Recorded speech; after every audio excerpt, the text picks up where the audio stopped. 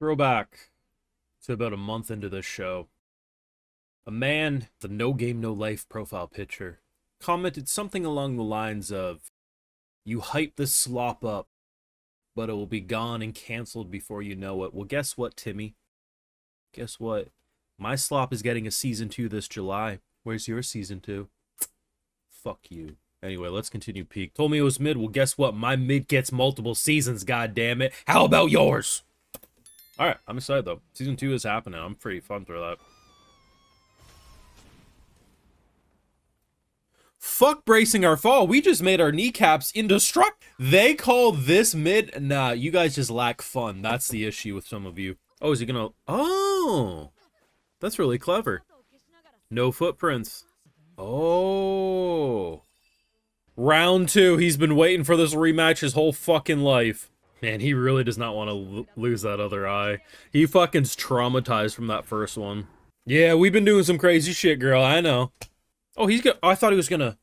Yo, we're getting the Eren Yeager treatment. That's what I'm talking about. We're out of the manservant duty. We becoming the bodyguard. Hell yeah. Like, I wouldn't change the intro of the show at all. But man, the second half of this show cleared the first half without much struggle.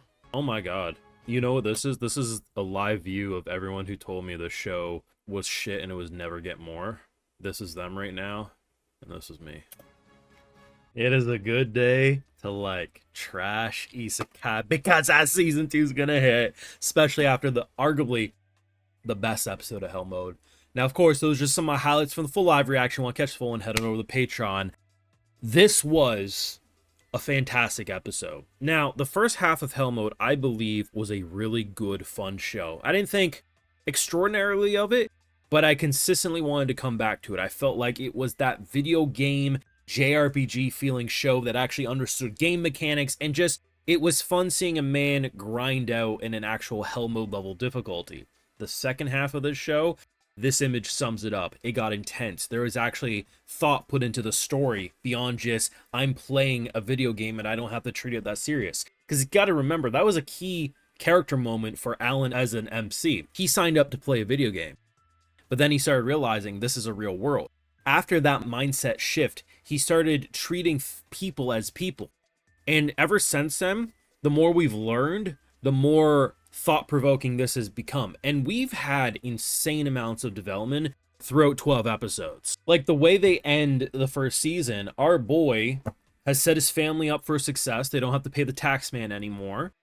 Our boy is also no longer a manservant. He is now an independent contractor. He's basically an independent bodyguard for her, as she has a talent that is too beneficial. You can never get her out of her duties. But I think the interesting thing is having this lore drop about the talents. And, you know, I was honestly under the assumption we were going to build into like some sort of church plot line, evil scumbags sending people off for death for bullshit reasons.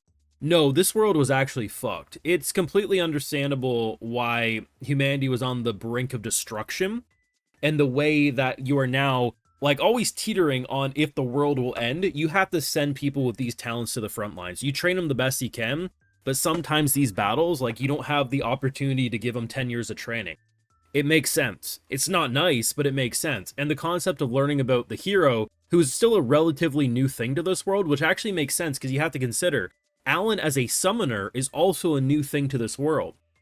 Prior to him being born into this world, and prior to, like, him at the age of 6, the world didn't even know what a summoner is. So the goddess that is, you know, trying to fix this world is doing her best by implementing essentially like patches like a video game, but seemingly is limited in what she can and can't do. At least that's kind of how I'm interpreting it. So they said that the hero is the age of 22 now and has been the hero for a few years. But at the end of the day, this is someone who could still fall.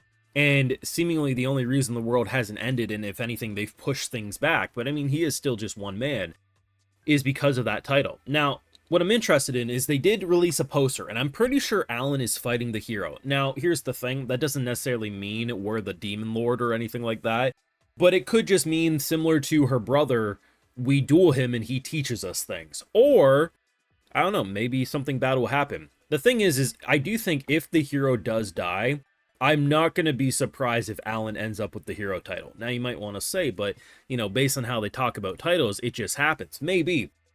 But I think Alan is the anomaly. And I think either him working very closely with the hero or getting a new title that will, maybe it's, you know, maybe Alan will have a title that's different than just basic summoner that will make him just as important as it. I don't know. But there's a lot of lore and world building that they're doing here in the final half of this episode that just made me reevaluate the show, because I've really praised it. It's like playing a JRPG. Shangri-La Frontier is to MMORPGs as Hell Mode is to JRPGs. That's the way I feel about it. One is actually playing a video game, one is, you know, an isekai world, but still, it's so fascinating how they drop so much. And it's not just like sometimes you get these shows that will do something like this and they'll just drop a lot of lore.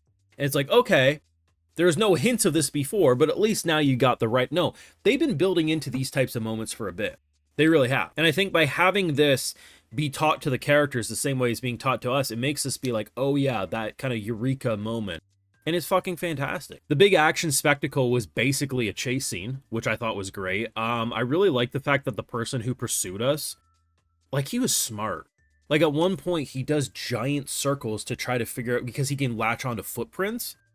Because if you just go down a straight line, you're not going to cover that much. Dude was intelligent. They also give you the payoff to the big beast we had to retreat from 3 years ago, because this is something I've been highlighting a lot. I've had some people throughout the weeks try to argue, is it really Hell Mode? It's not. He's strong. No, it's Hell Mode. Had he not been playing on Hell Mode difficulty, that thing 3 years ago would have been one-shotted, most likely. The fact that it's not just, and I think this is what's so brilliant about this show, and I think the biggest reason why I feel like it actually feels like a video game. Video games suffer difficulty scaling. Often harder difficulties in video games are just how spongy the opponent is and how quickly your health deteriorates. And while that's still a factor of difficulties, there's more to it. There should be more to it. Enemies that adjust to your behaviors, that can mimic what, like, I think that's why, like, a lot of, like, Soulsborne games are really good, because it feels like they can adjust for what you're doing, or they have so many varying attack patterns that that's the challenge rather than just, oh, they have a bajillion health. This show didn't just say, oh, the character has a lot of health and we do little damage, that's why it's Hell Mode. No. We fought this thing 3 years ago. We took out its eye. 3 years later, it's still protecting the next eye. It actually adjusted. It's not just that it has a bajillion health points, it's the fact that it's intelligent. People really underestimate it. And I get it. The poster for this show does kind of look like dog shit.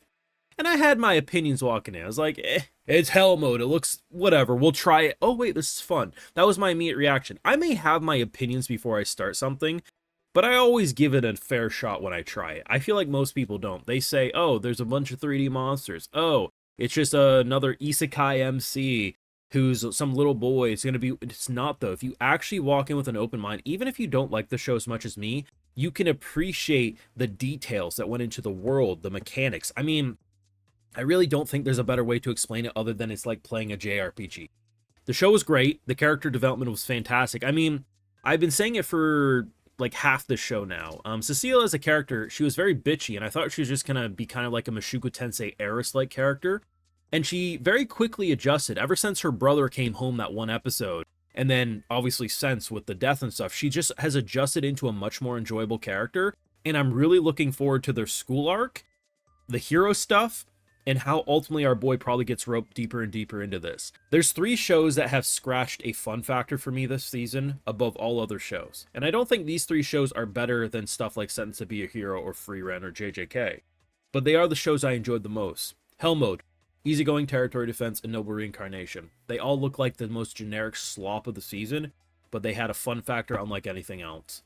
Your thoughts down below. How hyped are you for Season 2? You want me to cover Season 2 on YouTube? Let me know. Drop a like, share, support, subscribing, and that bell. And of course, Patreon for live reactions over there and other exclusives, because you know I got to give those video shoutouts, because without those patrons, you won't get these videos at all. Alright, so today I got B. Monkeith, Tade Goldthwait, One Piece Man, Nicholas Wilhelm, Francis Mandra, Neko Chibi, and Miguel Francis. I appreciate the support. Please take care. Y'all have a good one.